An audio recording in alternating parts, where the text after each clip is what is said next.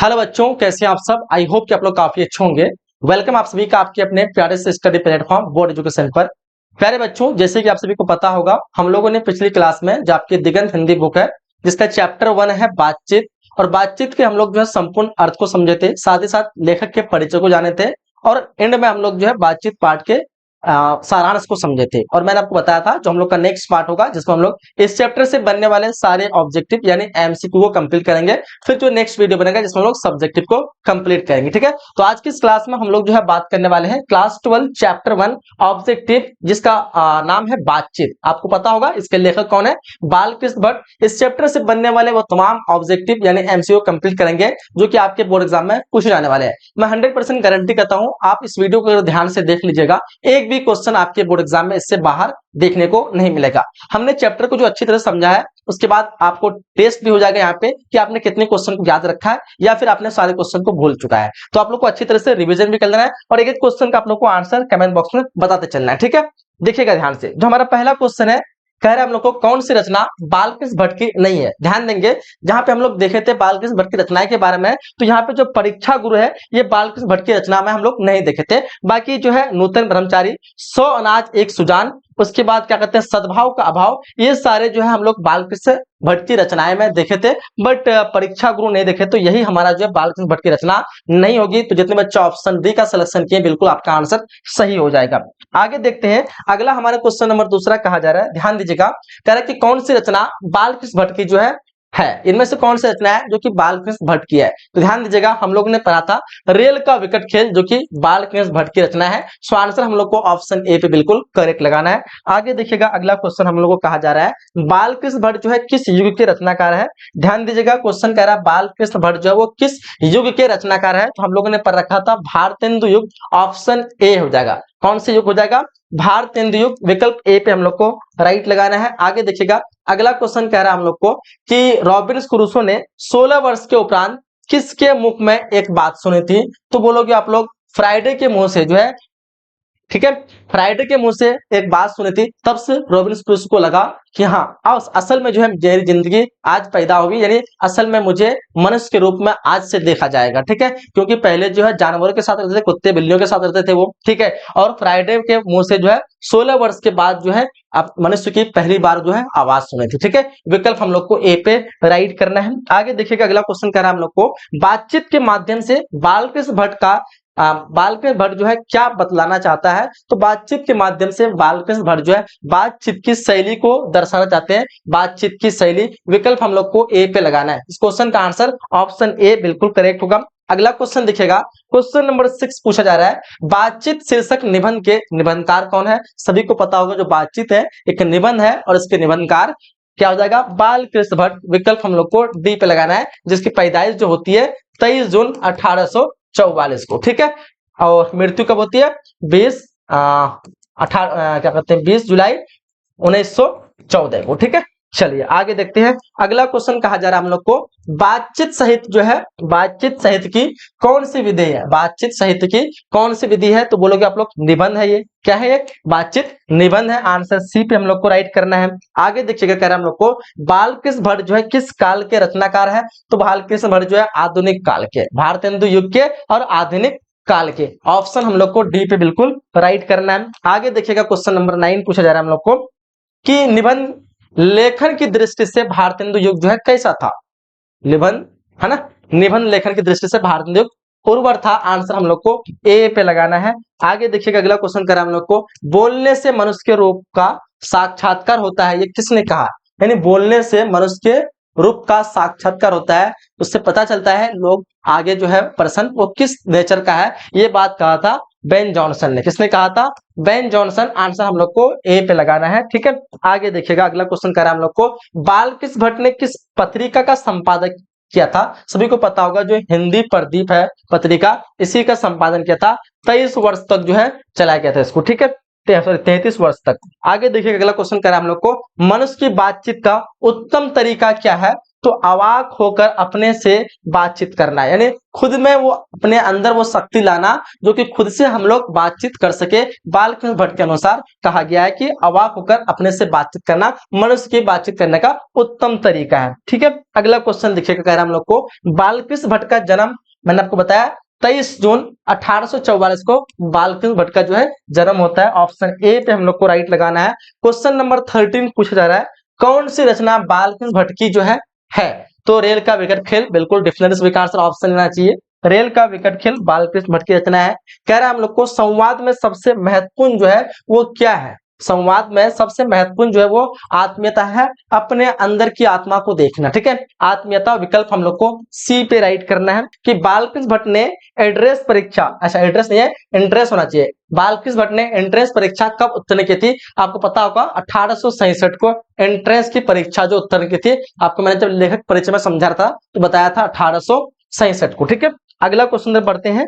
अगला हमारा क्वेश्चन करा है, इनमें से कौन सा उपन्यास भट्ट द्वारा रचित है, तो आपको पता होना चाहिए नूतन ब्रह्मचारी जो कि बालकृष्ण भट्ट द्वारा जो है क्या है, रचित है। सो आंसर जितने बच्चे सी लगाए आपका आंसर बिल्कुल सही हो जाएगा। ठीक है, आगे बढ़ते हैं हम लोग। अगला क्वेश्चन कहा जा रहा है कि भट्ट जी ने हिंदी प्रदीप का संचालन जो है कितने वर्ष में किया था, तो पता कितने वर्ष तक किया था, आपको बताया मैंने 33 वर्ष तक। ठीक है, हिंदी प्रदीप जो है एक पत्रिका था जिसका संचालन कितने वर्ष तक किया था, 33 वर्ष। ऑप्शन सी पे हम लोग को लगा रहे हैं। अगला क्वेश्चन देखिएगा, बातचीत के जरिए भाव बनकर क्या बाहर निकल जाता है, बातचीत के जरिए भाव बनकर क्या निकलता है, तो मैंने आपको बताया था जब हमारे दिल में बहुत सारी चीजें एक दूसरे के प्रति जो है नफरत फैली रहती है और हम जो है अपने अंदर से जो है एक तरह का दिल का भारी रहता है कि क्या कहें, किसको अपने दिल की बात सुनाएं। जब हम लोग किसी से बात करते हैं और बातचीत के जरिए आपके अंदर की सारी जितनी भी धुआं मवाद है वो सारी बाहर निकल जाती है। ठीक है, तो हमारा आंसर क्या होगा, मवाद और धुआं, विकल्प सी पे हम लोग को राइट लगाना है। ठीक है, आगे देखिएगा, अगला क्वेश्चन कहा जा रहा है हम लोग को बात करने का हुनर जो है किसके पास है। बताया था आप लोगों को बात करने का हुनर जो है अपना एक अलग ही कला है, वो यूरोपीय लोगों को, ठीक है, वो किसी को भी आकर्षित कर लेते हैं और जब वो बात करते हैं तो कान को सुनने में बहुत अच्छा लगता है, मन करता है कि बार बार सुने। ठीक है, तो यूरोप के लोगों के पास है ये ऑप्शन सी जगह, जिसको हम लोग कहते हैं आर्ट्स ऑफ कन्वर्सेशन। ठीक है, आगे देखिए कोई क्वेश्चन कह रहा है हम लोग को असल बातचीत सिर्फ दो व्यक्तियों के बीच हो सकती है, यह कथन जो है किसका है, तो असल बातचीत दो व्यक्तियों के बीच हो सकती है, ये एडिसन ने कहा। किसने कहा था, एडिसन ने कहा था असल बातचीत सिर्फ दो व्यक्तियों के बीच हो सकती है। बालकृष्ण भट्ट ने क्या कहा कि बातचीत सिर्फ अपने आप से करो, यही उत्तम तरीका है। ठीक है, हिंदी प्रदीप नामक मासिक पत्र निकाला प्रारंभ जो किया था वो किसने किया था, डेफिनेटली इजी क्वेश्चन होगा, सभी का आंसर आना चाहिए ऑप्शन सी, बिल्कुल एब्सोल्युटली करेक्ट हो जाएगा।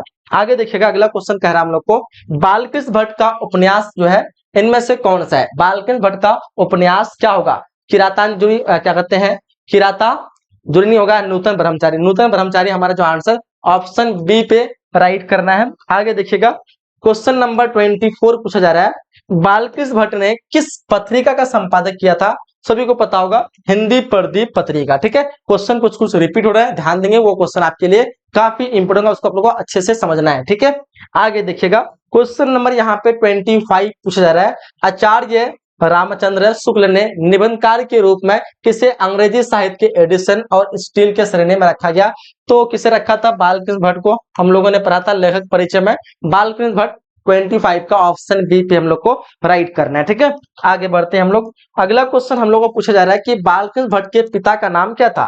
सबको पता होगा जो बालकृष्ण भट्ट है उनके पिता का नाम कौन था, क्या नाम था, बेनी प्रसाद भट्ट। आंसर हम लोग को बी पे लगाना है, जो कि एक व्यापारी थे। ठीक है, आगे देखिएगा, अगला क्वेश्चन कहा जा रहा है हम लोग को कि दमयंती सुयर जो है किस लेख की रचना है, बालकृष्ण भट्ट की है। आंसर हम लोग को सी पे राइट करना है। आगे देखिएगा, क्वेश्चन पूछा जा रहा है हम लोग को बातचीत शीर्षक निबंध के अनुसार रस का समुद्र किन की बातचीत में उमड़ा चला आता है, दो पुरुषों की दो हम सहेलियों के बातचीत में। ठीक है, बातचीत शीर्षक निबंध के अनुसार रस का समुद्र किन की बातचीत में उमड़ा चला आता है, तो बोलोगे दो हम सहेलियों के बीच में, दो एक तरह की सहेलियों के बीच में। ठीक है, 29 क्वेश्चन पूछ रहा है हम लोग को कौन सी रचना बालकृष्ण भट्ट द्वारा रचित नहीं है, तो आपका आंसर आना चाहिए ऑप्शन सी, मेघदूतन जो है ये बालकृष्ण भट्ट के द्वारा रचना नहीं है, ये रचित नहीं है। आंसर बच्चे सी लगाएंगे। आगे देखिएगा, क्वेश्चन नंबर 30 पूछा जा रहा है हम लोग को बालकृष्ण भट्ट की रचना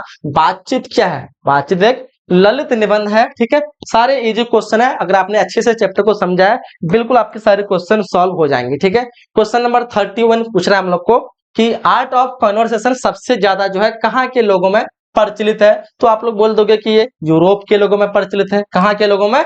यूरोप के लोगों में। 31 का आंसर हम लोग को सी पे लगाना है। आगे देखिएगा, अगला क्वेश्चन पूछ रखा है हम लोग को, बातचीत से मन जो है किस प्रकार का हो जाता है। तो बोलोगे मन जो है हल्का और स्वच्छ हो जाता है। आंसर हम लोग को सी पे लगाना है। आगे देखिएगा, अगला क्वेश्चन कहा जा रहा है हम लोग को, बालकृष्ण भट्ट जी का निवास स्थान जो है वो कौन सा है। तो आप लोग का क्या आंसर का 33 नंबर क्वेश्चन का, तो बोलोगे ऑप्शन बी होगा, इलाहाबाद उत्तर प्रदेश, ठीक है।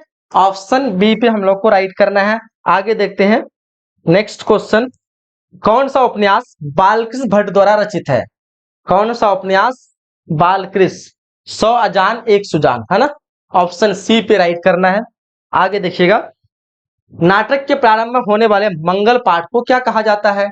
मंगल पाठ को नंदी पाठ के नाम से जानते हैं। क्या कहते हैं? नंदी पाठ। 35 का आंसर बी पे करेक्ट करेंगे।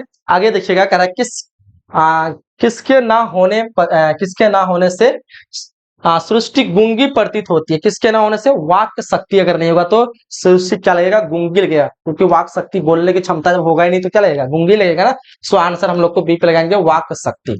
आगे देखिएगा, अगला क्वेश्चन कह रहा है हम लोग को, जैसा काम वैसा परिणाम, ये किसके द्वारा लिखा गया? ये तो लिखा गया बालकृष्ण भट्ट जी के द्वारा। आंसर सी पे लगाना हम लोग को, है ना। आगे देखिएगा, कह रहा है कि बालकृष्ण भट्ट के पिता जो है पेशे से क्या थे। डेफिनेटली आप लोग का आंसर मिल जाएगा, व्यापारी थे। पेशे से क्या थे? व्यापारी थे। आंसर हम लोग को बी पे लगाना है। तो इस तरह हम लोगों ने चैप्टर 1 के सारे ऑब्जेक्टिव क्वेश्चन को कंप्लीट कर चुका है, क्योंकि चैप्टर 1 में आपके लगभग 38 ऑब्जेक्टिव क्वेश्चन जो कि इंपोर्टेंट लगे, और मैंने सारे आपको क्वेश्चन प्रोवाइड कर दिया है। इसका नोट्स आपको एप्लीकेशन में मिल जाएगी, बोर्ड एजुकेशन एप्लीकेशन पे, ठीक है। आप लोग वहां से डाउनलोड करके इस नोट्स को अपने से स्टडी कर सकते हैं, रिवीजन कर सकते हैं, ठीक है। फिलहाल क्लास को हम लोग एंड करते हैं। नेक्स्ट क्लास में हम लोग सब्जेक्ट क्वेश्चन को कंप्लीट करते हैं, फिर उसके बाद हमारा ये चैप्टर एंड हो जाएगा, ठीक है। बाकी आप लोग को मैं रिक्वेस्ट करूंगा कि आपके जो भी दोस्त वगैरह हैं सभी को आप लोग हमारे साथ जोड़िए, और क्या कहते हैं कि सभी दोस्तों के साथ आप लोग फैलाइए बोर्ड एजुकेशन संस्था को, ताकि हर बच्चे जो है यहाँ से पढ़ाई कर सके, ठीक है। मिलते हैं अगली क्लास में, जब तक के लिए जय हिंद, जय Bharat and thanks for watching.